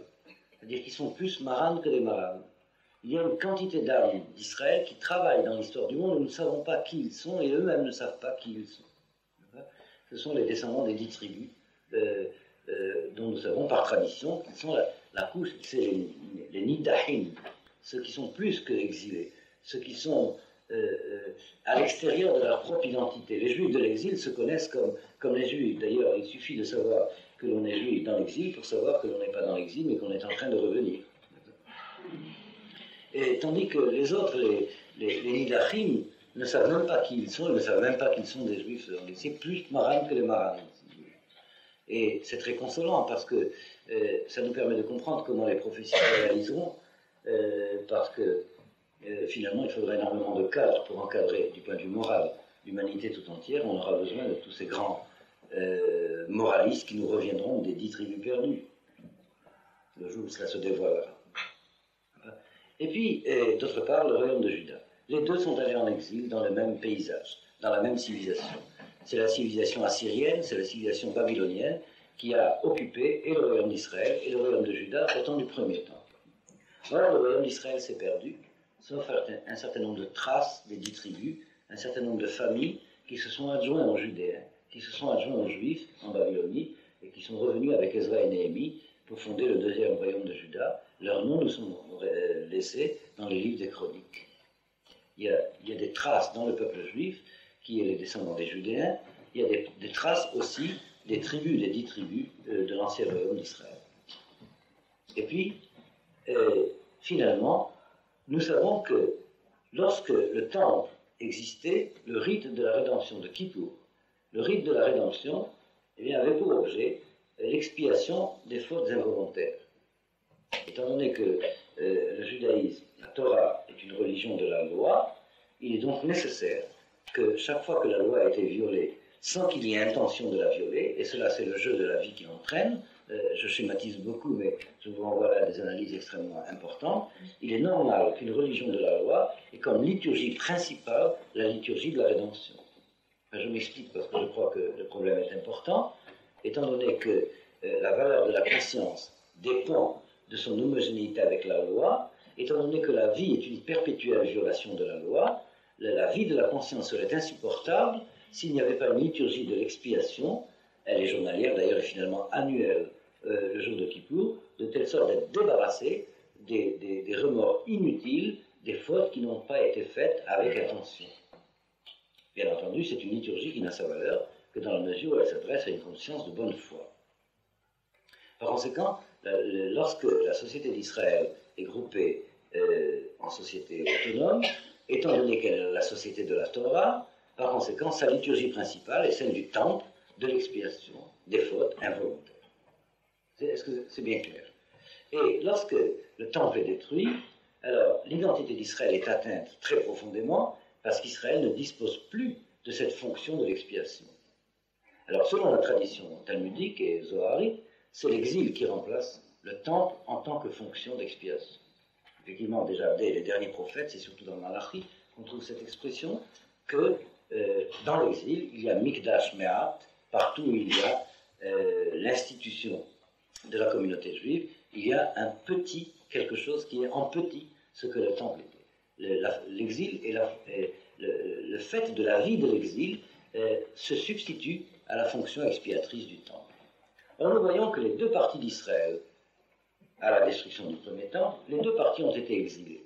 Et se reproduit, si vous voulez, à l'échelle de l'histoire de la société, la même cérémonie, si j'ose dire, mais au niveau de l'histoire, que la cérémonie de Kippour, de l'expiation de Kippour, où il y a deux boucs expiatoires, mais l'un est envoyé on ne sait pas où, alors que l'autre réalise le sacrifice de l'expiation ex qualité. Ces deux séirim représentent, ces deux boucs différents, représentent bien évidemment, dans le thème du Midrash que je vous cite, les deux royaumes. Le royaume d'Israël, qui est perdu dans le désert, on ne sait pas où il est, l'ancien royaume d'Israël, ça c'est Sa'ir Azazel, alors que le royaume de Juda, lui, il est Sa'ir Hashem, puisqu'il se reconnaît dans son identité de façon dévoilée, de façon dénommée et identifiée. Voilà la correspondance profonde qu'il y a entre Purim et Kippurim. Alors le jour de Purim commémore le salut de la communauté des Judéens, alors que la communauté des anciens Israélites avait complètement disparu. Il y a là en préfiguration une projection messianique sur Purim. C'est à la fin des temps, Purim aura une valeur messianique plus grande que Hanouka. Mais pendant tout le temps de l'histoire, c'est Hanouka qui a une valeur messianique plus grande que celle de Purim. C'est-à-dire, à la fin des temps, le Purim ultime, si vous voulez, sera celui de l'ultime délivrance d'Israël de l'exil. Ce Purim-là, de la fin des temps, aura la même valeur que Kippour. Voilà, si vous voulez, grosso modo, le problème de cette analogie. Est-ce qu'il y a d'autres questions? Oui. Je vais vous poser ma question sous l'angle de la confrontation de l'éthique juive à l'histoire telle qu'elle se fait, et du problème de son inadéquation. Je la formule un peu sous forme métaphorique. Et je la ferai partir de la partie de votre exposé qui mettait en parallèle les droits de l'homme et en quelque sorte la justice telle que l'entend Israël. Alors, que faut-il, pour quelle voie faut-il opter? Est-ce que c'est pour la justice d'Israël, qui préfère Jacob à Ésaü, en vertu d'un droit d'aînesse, ou bien la justice humaine, qui confronterait Jacob et Ésaü dans leur action, sans référence à un système de valeurs qui pose l'un comme juge de l'autre? Et ne voyez-vous pas dans les révoltes contemporaines contre la justice bourgeoise une telle prise de conscience, c'est-à-dire la prise de conscience qu'une justice fermée dans un système est un alibi au service d'un groupe qui veut ainsi dominer un autre? Mais écoutez, je crois que si j'ai bien compris votre question, d'ailleurs c'est effectivement une question qui est à sa place dans cette analyse, je crois qu'on pourrait répondre de la façon suivante. C'est que précisément, le défaut, la faiblesse de la mentalité philosophique quant à la morale consiste la plupart du temps à confondre la morale et la légalité. Et je crois qu'il ne faut pas confondre la morale et la légalité. C'est au niveau de la légalité que finalement, très souvent, vous avez cité le cas de la morale bourgeoise, que très souvent, tel ou tel groupe humain s'accapare de l'alibi de la conscience morale pour servir des intérêts particuliers. Mais il s'agit de la légalité d'un groupe et non pas de la morale à l'échelle de l'identité humaine et de sa dignité à l'échelle universelle. Je crois que c'est cette distinction qu'il faut établir. Et effectivement, la mentalité juive s'est toujours opposée à cette sorte d'éthique où la morale devient en réalité la légalité. Et où la vertu, si vous voulez, est définie comme étant l'adéquation à la légalité et non pas à la moralité. Et effectivement, la légalité peut être fabriquée par chaque groupe humain au mieux de ses intérêts. Et je pense qu'effectivement, toutes les légalités sont fautives par rapport à la moralité. Je crois qu'il y a, c'est à étudier, bien entendu, à travers l'histoire, mais c'est très frappant dans les analyses que nous trouvons dans les textes talmudiques, notamment dans la Masechet Baba Batra, il y a une page extraordinaire à ce sujet, je vous en citerai l'essentiel, c'est que la seule société qui a décidé une fois pour toutes qu'elle n'aurait pas d'autre légalité que la moralité a été la société d'Israël. Je ne sais pas si c'est suffisamment clair. Là, c'est à propos, je crois que c'est vers la page 10 de Baba Batra, c'est à propos du verset Tzedaka teromem igoi, Chesed leomim chatat. C'est-à-dire une société où ce n'est pas la moralité qui est la justice, où ce n'est pas la moralité qui est la loi juridique, où ce n'est pas la moralité elle-même qui est la légalité, il n'y a aucune société humaine comme ça jusqu'à présent. Eh bien, même la charité, c'est un crime, parce que la charité, c'est un alibi pour ne pas faire la justice. Vous voyez, par exemple. Et cette analyse se trouve exactement dans le Talmud, et d'ailleurs en hébreu, chesed peut signifier soit charité, soit crime. Cela dépend du contexte. Il y a une autre question. Est-ce que je peux prolonger ma question? Puisque vous opposez moralité et légalité, est-ce que vous pouvez donner un exemple d'une moralité réalisée dans une société? Et à partir du moment où des valeurs sont réalisées, est-ce que l'on ne peut pas dire que finalement ce sont des règles, que ça devient des règles, ce n'est pas dans la nature d'une société que d'avoir une moralité sous forme de légalité? Autrement dit, l'histoire juive elle-même nous a montré que quand Israël a vécu comme nation, qui a été confrontée à des réalités politiques et autres, c'était, comme toute société, en vertu de la légalité, de lois politiques précises et juridiques, que cette société a vécu, que ce soit Israël ancien ou Israël d'aujourd'hui, et non pas en vertu d'une moralité. Alors, je voudrais terminer ma question sous cette forme. Est-ce que l'échec d'Israël ne consisterait pas précisément par le fait qu'elle n'a défini le problème de l'adéquation de l'éthique à la réalité que dans le cadre restreint du rituel?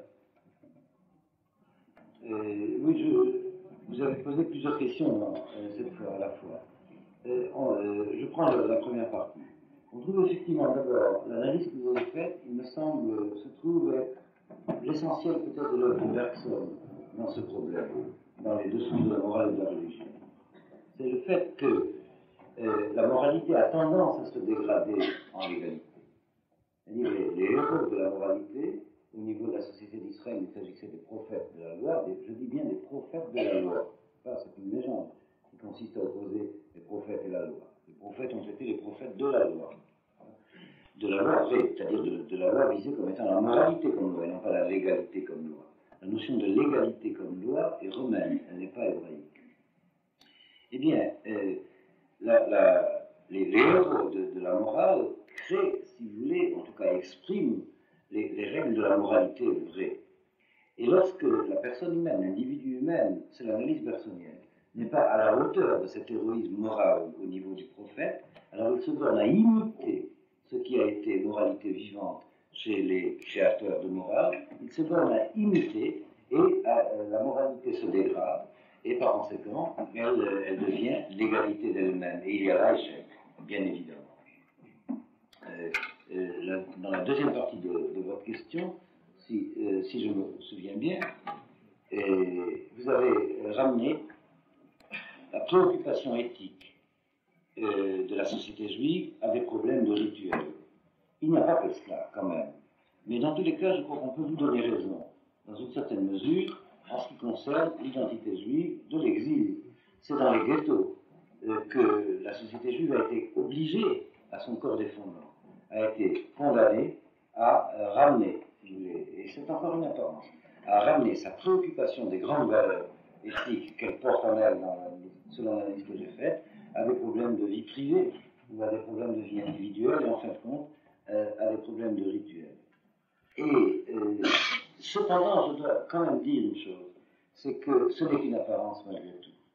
Parce que ce n'est que l'apparence de la forme visible, extérieure, compris les cités juives, comme elles ont existé encore jusqu'avant l'émancipation, jusqu'avant la Révolution française. Parce que depuis ce temps-là, il n'y a plus de cités juives, en tout cas en Europe. Il y en avait encore en Afrique du Nord ou dans d'autres parties du monde, et c'est déjà fini, il n'y en a plus.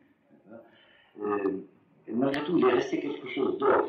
C'est que du point de vue de l'intériorisation dans la vie intérieure, et pas seulement de la vie rituelle, il est resté la connaissance, jusque dans le détail le plus infime, de ce qu'est la vraie science de la morale. Ce que je voudrais mettre en évidence, c'est ceci. C'est que l'essentiel de la pensée juive en tant que telle, c'est, nous en avons eu un petit exemple, si vous voulez, hier dans l'étude des textes talmudiques, c'est cette connaissance du Talmud qui s'est préservée malgré le ghetto, je dis bien malgré le ghetto, et que l'identité d'Israël a ramené de son voyage de 2000 ans d'exil et a été capable de ramener de son voyage de 2000 ans d'exil. Il faut l'expérimenter. Si vous voulez, je vous renvoie à une expérience, c'est-à-dire l'étude du Talmud, de façon de découvrir que ça existe, au moins. Et ce qui est étudié dans l'étude du Talmud, c'est bien cela, l'éthique qui ne soit pas le fantôme d'elle-même, c'est-à-dire la légalité, la loi de la moralité vraie.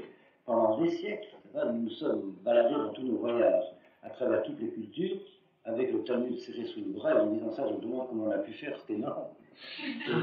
C'est vrai, je me demande comment on a pu faire, ça, quand je vois les difficultés qu'on a pour faire envoyer nos petites bibliothèques d'un pays à l'autre.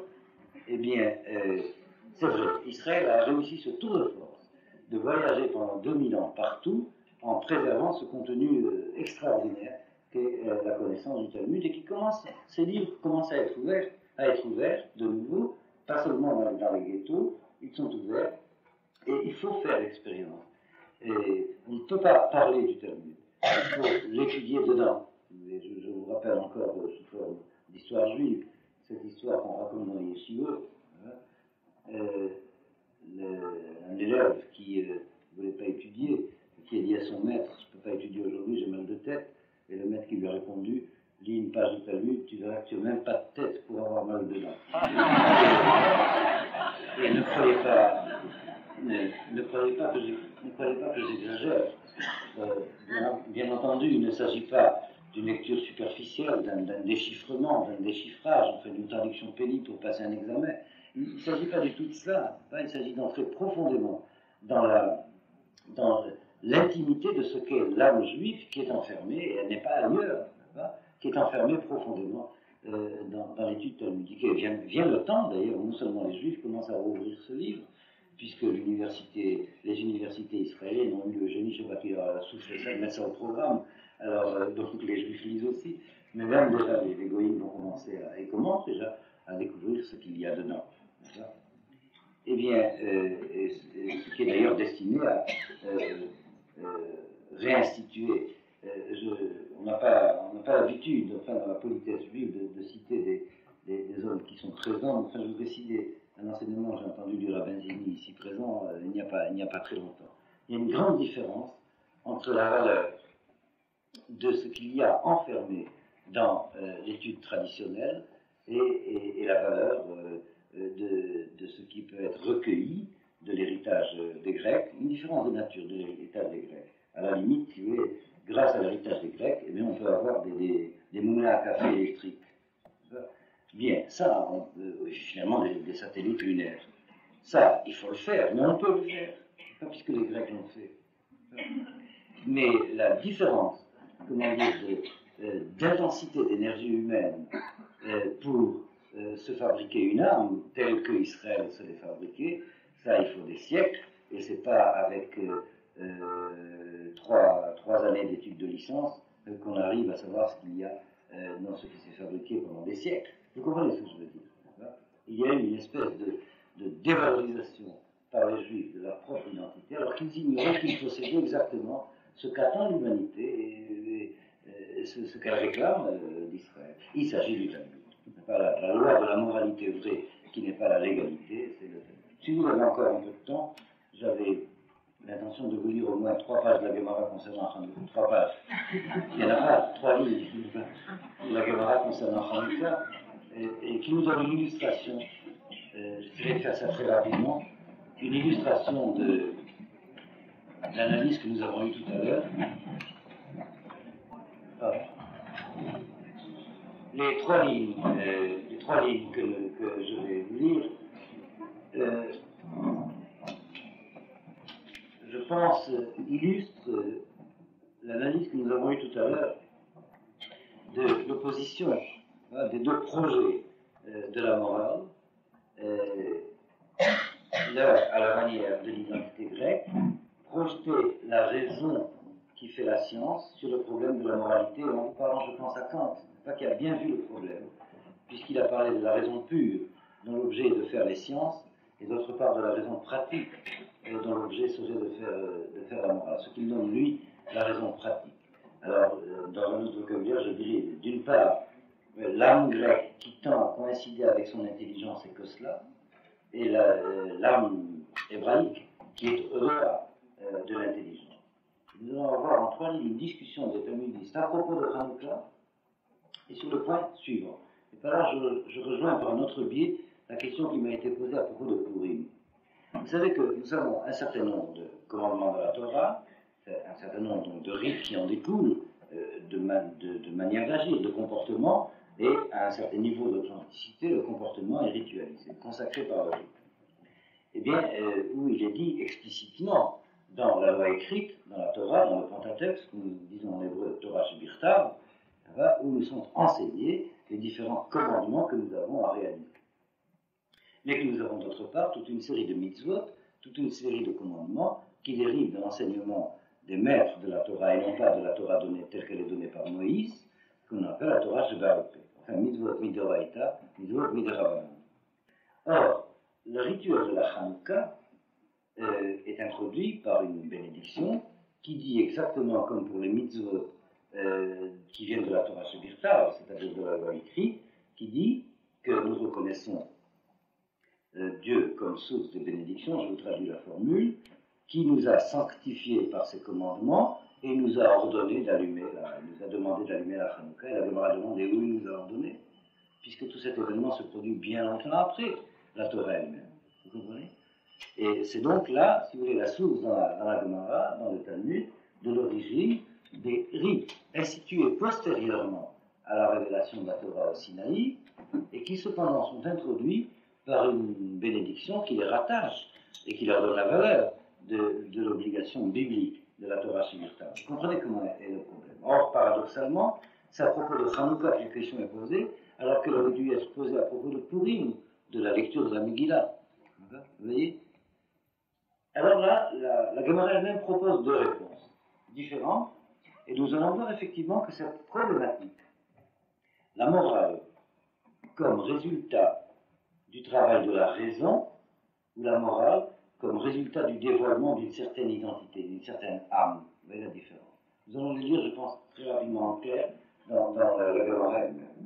Alors ceci se trouve à la page 23 de la Gemara de Shabbat.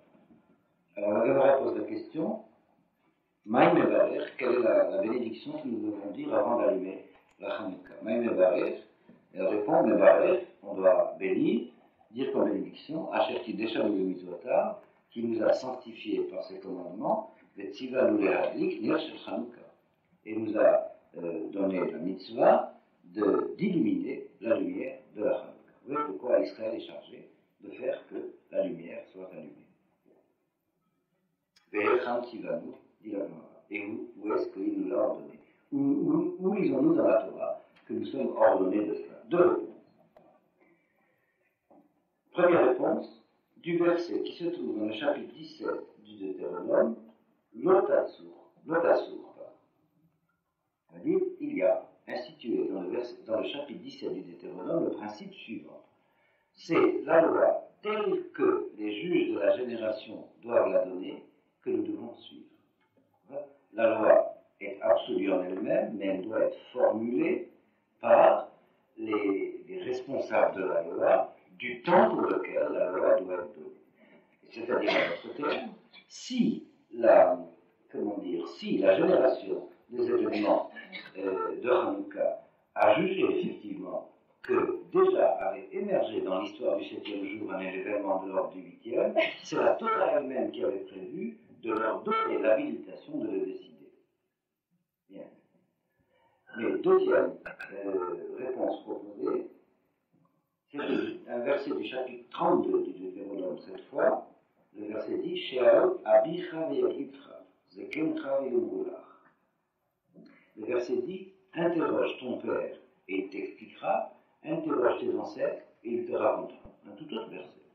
On se demande comment ce deuxième verset peut fonder le fait que nous disons déjà que c'est la Torah qui a donné légitimité, a habilité les sages du temps des Maccabis à instituer la Hanouka. Et je crois que le premier verset renvoie précisément à cette autonomie de la raison humaine. Parce que nous avons une règle extraordinaire quand les choses coïncident. nous avons une règle concernant la décision à donner pour un problème qui apparaît dans l'histoire et comment la loi orale, la Torah Sheba'al-Peh, la loi orale doit décider de répondre à la question suivante, étant donné le problème qui est posé par l'histoire, qu'est-ce que la Torah de Moïse répond? Faire parler la Torah de Moïse pour des cas qui sont impliqués, bien entendu, dans la Torah de Moïse, mais qui ne sont pas désignés explicitement. Et là, la règle talmudique consiste précisément à donner autonomie à la raison, de telle sorte de pouvoir déduire par le procédé de la logique, puisque le temps de la prophétie est clos, déduire la décision à donner. Et en général, l'identité de chacun des sages va jouer dans la réponse qu'il donne. Lorsqu'une personne parle, ce n'est pas uniquement son intelligence qui parle, c'est aussi son âme. Mais malgré tout, le critère de la décision qui sera à prendre, c'est la majorité des opinions, et par conséquent, on considère la force rationnelle de l'intelligence comme devant jouer dans l'ordre de la loi à formuler, de la formulation de la loi, puisque le temps de la prophétie de Moïse a cessé. Ça, c'est la première perspective. Finalement, c'est la deuxième qui sera retenue. La deuxième qui consiste à dire, à nous inviter à faire référence à l'identité d'Israël telle qu'elle se prépare à travers le père immédiat que nous avons chacun depuis les ancêtres. Je vous relis le verset. Chez Abicha et Agetra, interroge ton père et il te racontera, et tes ancêtres ils t'expliqueront. C'est-à-dire c'est une certaine identité, c'est à une certaine manière d'être au niveau de l'âme que l'on se réfère pour avoir à décider ce que la Torah a à dire. Je reviens d'une analyse d'hier et d'avant-hier d'ailleurs, plutôt d'avant-hier et d'avant-avant-hier, c'est que c'est la loi morale lue par l'identité d'Israël qui est finalement le dévoilement de l'intention du Créateur. J'entends moi aussi le caractère exorbitant de ce que je vous dis, mais enfin, bien que schématique, vous comprenez les implications que cela représente. Alors je crois, c'est cela le chidouche au fond, qu'il est important que ce soit à propos de Hanouka qu'on ait préféré le deuxième verset au premier. À propos de toutes les autres mitzvot, il suffit du premier verset. Les juges de chaque génération sont habilités de par la Torah elle-même à donner de par leur raisonnement les implications de la Torah qui deviennent la loi pour nous. Pour toutes les mitzvot, ça peut aller, sauf pour celle-là, parce que c'est précisément l'événement où sont en conflit les deux méthodes.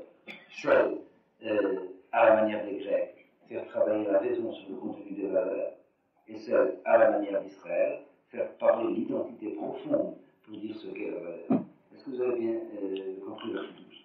C'est-à-dire qu'à propos de Hanouka, il fallait donner le deuxième verset en particulier.